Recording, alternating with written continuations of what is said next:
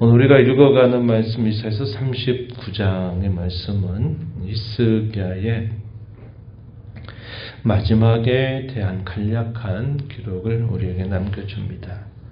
이 내용은 열왕기하, 역대하에 동일하게 이러한 말씀들이 기록이 되고 있는 내용입니다. 히스기야의 삶에 있어서 안타까운 부분이 아닐 수 없는 그런 내용을 그대로 우리에게 전달해 준다 하겠습니다. 우리가 어제 살펴본 것처럼 히스기야는 아수르의 큰 위협 앞에서 하나님 앞에 간절하게 기도를 올리면서 큰 승리를 이뤄냅니다. 그것은 하나님의 전적인 역사로 이루어진 일이었죠. 그러한 일이 있게 되던 그때 얼마 되지 않아서 그가 죽을 병에 또 걸리게 됩니다. 하나님께서 당신을 데려가실 것입니다 라는 예고를 들려줬을 때 또 히스기야는 하나님 앞에 간절한 기도를 올리면서 자신에게 또 하나님을 노래하고 하나님을 더 잘 섬길 수 있는 기회를 주셨으면 좋겠다 하는 그런 간절한 바람을 하나님께 올려요. 하나님께서 그의 가동구를 또 들어주십니다. 그래서 15년이라고 하는 시간을 연장해 주시겠다 이렇게 말씀을 하십니다. 그 15년 사이에 이제 그의 왕위를 이을 아들도 태어나게 되면서 참 남다르게 그런 허락받은 귀한 삶을 살아가게 되는데, 이러한 15년 세월에 아주 결정적인 문제가 생겨나는 사건이 바로 이 사건입니다. 히스기야가 죽을 병에 걸렸다가 나음을 입었다라는 소식이 당시에 다시 일어난 바벨론 나라에 이 소식이 알려지게 되면서 바벨론의 왕이었던 무로닷 발라단이 사절단을 유다에 보내게 되었어요. 그리고 친히 왕의 친서와 예물을 함께 그 사절단을 통해서 보내게 되는데, 히스기야가 이 바벨론의 사절단을 맞아들이면서 큰 실책을 범하게 됩니다. 그것이 뭐냐면 자기가 가지고 있는 모든 것들, 무기고뿐만 아니라 모든 보물창고들을 안 보인 데가 없을 만큼 다 열어서 그 사절단에게 보이면서 자랑하게 된 일이다 하는 겁니다. 그들에게 보여주어야 할 것, 그게 뭘까요? 하나님께서 두 번의 큰 위기를 만났을 때, 아수르 나라에 의하여 포위 공격을 당해서 이제 풍전등화 같은 위기 속에 있을 때 자신이 섬기는 하나님이 놀라운 역사를 베풀어서 이 유다의 예루살렘을 견고하게 붙들어 주셨다 하는 사실, 자기가 죽겠다라고 하는 그런 병에 걸렸을 때 하나님께서 자기에게 생명을 더해 주시는 그런 기회를 받았다. 죽을 병에서 나음을 입게 되었다 하는 소식에 대하여 말하면서 하나님이 하신 일에 대하여 보여주는 것이 마땅한 일이었을 겁니다. 그런데 이 보여줘야 될 것은 싹 가려버리고 자기가 얼마나 많은 걸 소유하고 있는지를 보이게 된 겁니다. 사람이 이런 실수를 딱 빠지기 쉽다는 것을 우리가 보게 되죠. 영웅당 같은 이야기로 안 들리겠습니까? 이방의 먼 나라에서 왔던 사절단이 다 그런 것들을 보면서 야, 참 대단하다. 이 왕은 보통 사람이 아니구나. 참 그 큰 어려움을 어떻게 이겨냈을까. 이런 것들만 보이는 거예요. 그가 섬기는 하나님이 어떠한 역사를 보여주었는가에 대한 이야기는 사라져버리고 저 사람 참 대단한 사람이다. 영웅당 같은 이야기가 만들어진 겁니다. 야, 아무도 알 수 없는 일을 저 사람 저렇게 했단 말이야. 이런 식의 이야기가 되죠. 히스기야는 먼 나라부터 온 이 사절단에 대해서 무척이나 기뻐했어요. 뭐 그럴 수야 있는 것이죠. 그런데 안타까운 것은 하나님의 역사는 사라지고 그분이 받으셔야 할 영광은 뒤로 물러가 버리고 자기가 가지고 있는 소유, 자기가 한 일들에 대해서 보이는 교만을 보이게 된 겁니다. 그래서 이사야 선지자가 히스기야 왕을 또다시 찾아옵니다. 찾아와서 나누는 대화 3절 4절 우리가 읽은 말씀에 보면 이사야 선지자가 묻습니다. 사람들이 와서 무슨 말을 했고 그들은 어디에서 왔습니까? 이게 뭘 하는 말일까요? 견책하는 말이죠. 왕이 지금 무슨 일을 행하신 겁니까? 이 말을 이렇게 돌려서 부드럽게 견책하는 말을 한 것이에요. 근데 히스기야가 깨닫지 못해요. 뭐라고 말합니까? 3절 하반절에 그들은 아주 먼 곳 원방에 있는 바벨론에서 찾아왔습니다. 이렇게 말합니다.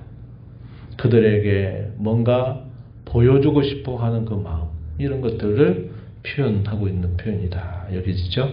4절에 또 이사야 선지자가 묻습니다. 그들이 왕의 궁전에서 무엇을 보았습니까?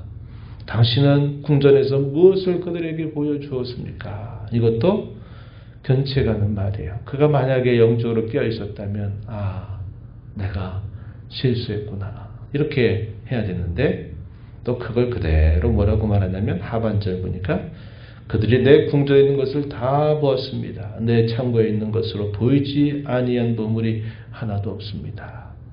사실에 관한 대답을 정직하게 한 것이지만 그러나 그 말의 이면 속에는 당신이 큰 실책과 실수를 범한 것입니다. 라는 말을 건네주고 싶은데 히스기야는 눈이 멀었어요. 그의 마음이 예전 같은 그런 총명으로 빛나지가 않은 겁니다. 그래서 자신이 한 것들을 그대로 다 표현하면서도 깨닫지 못해요. 그러자 하나님께서 이사야를 통해서 하나님이 무슨 일을 행하신가를 그에게 말씀하십니다. 6절 7절 말씀.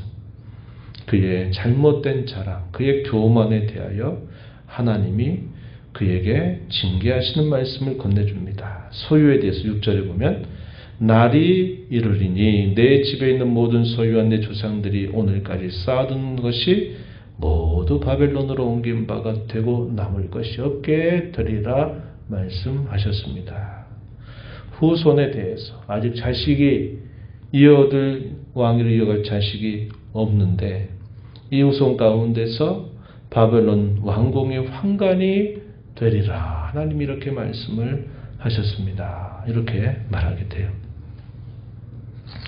이 말을 들었던 히스기야의 반응 마지막 절에 어떻게 표현됩니까? 여호와의 말씀이 좋소이다. 여호와의 말씀이 선합니다. 이렇게 표현을 하고 그 마지막 부분에는 내 생전에는 평안과 견고함이 있으리로다. 이렇게 대답합니다. 이 말에 대해서 여러분도 어떤 느낌이 드신지 모르겠어요. 성경학자들도 이 말에 긍정과 부정을 다 말해요. 부정은 뭘까요? 내가 살아있는 동안에 그런 일이 닥치지 않으면 된다. 대단히 부정적으로 또 이렇게 말하는 의미도 있고요.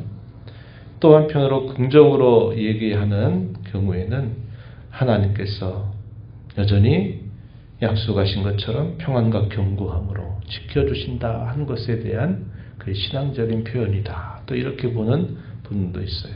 이 두 가지의 경우들을 다 내다봐요. 히스기야 마음이 어떤 마음이었을까 하는 것은 우리가 정확하게 알기가 어렵습니다. 그런데 분명한 것은 뭡니까?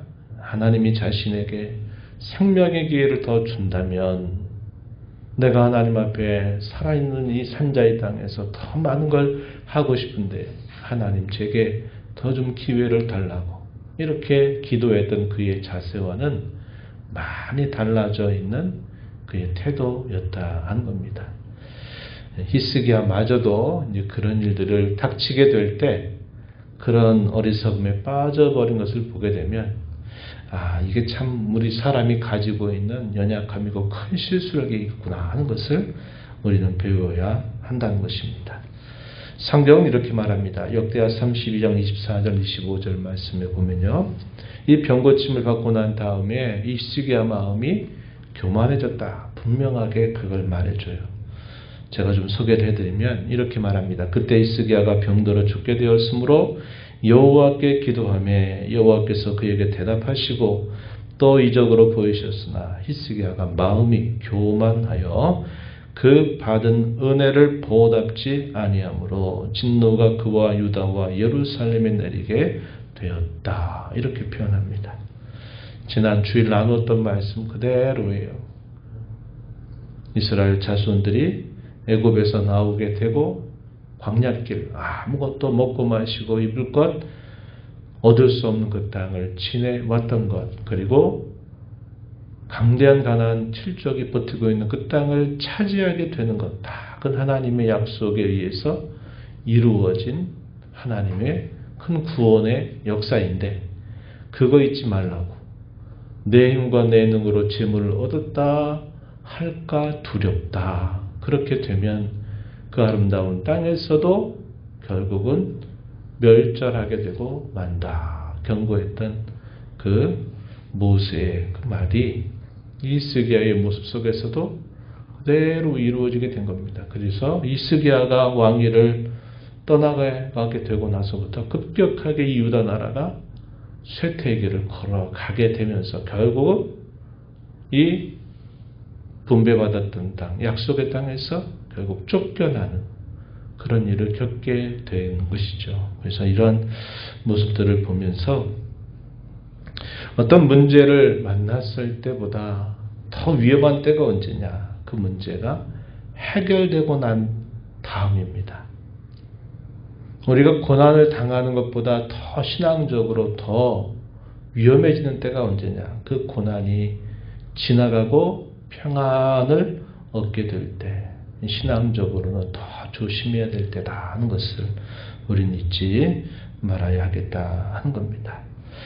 이런 본성들이 우리 마음속에는 있기 때문에 우리가 이 세상의 헛된 자랑에 대해서 항상 우리 옛사람이 그리스도와 함께 십자가에 못 박혀 죽어야 되고, 그리스도께서 내 안에 사시는 삶이 되지 않는다면 하나님께 마땅히 드려야 할 그 영광을 우리가 차지하려고 하는 모습들이 계속 반복될 수 있다 하는 것을 우리 마음에 잘 생각하면서 늘 하나님을 자랑하고 하나님을 높이고 하나님 앞에 날 겸손한 자로 살아가는 저와 여러분, 그래서 늘 은혜 안에 살아가는 복된 삶이 되기를 진심으로 바랍니다. 하나님 아버지 감사합니다. 오늘도 주께서 복되다, 거룩하다, 정귀하다 여기신 이 새벽 시간, 또 이 새벽을 깨우며 주 앞에 나와서 찬양을 드리며 주의 말씀을 교훈받게 해주셔서 감사를 드립니다.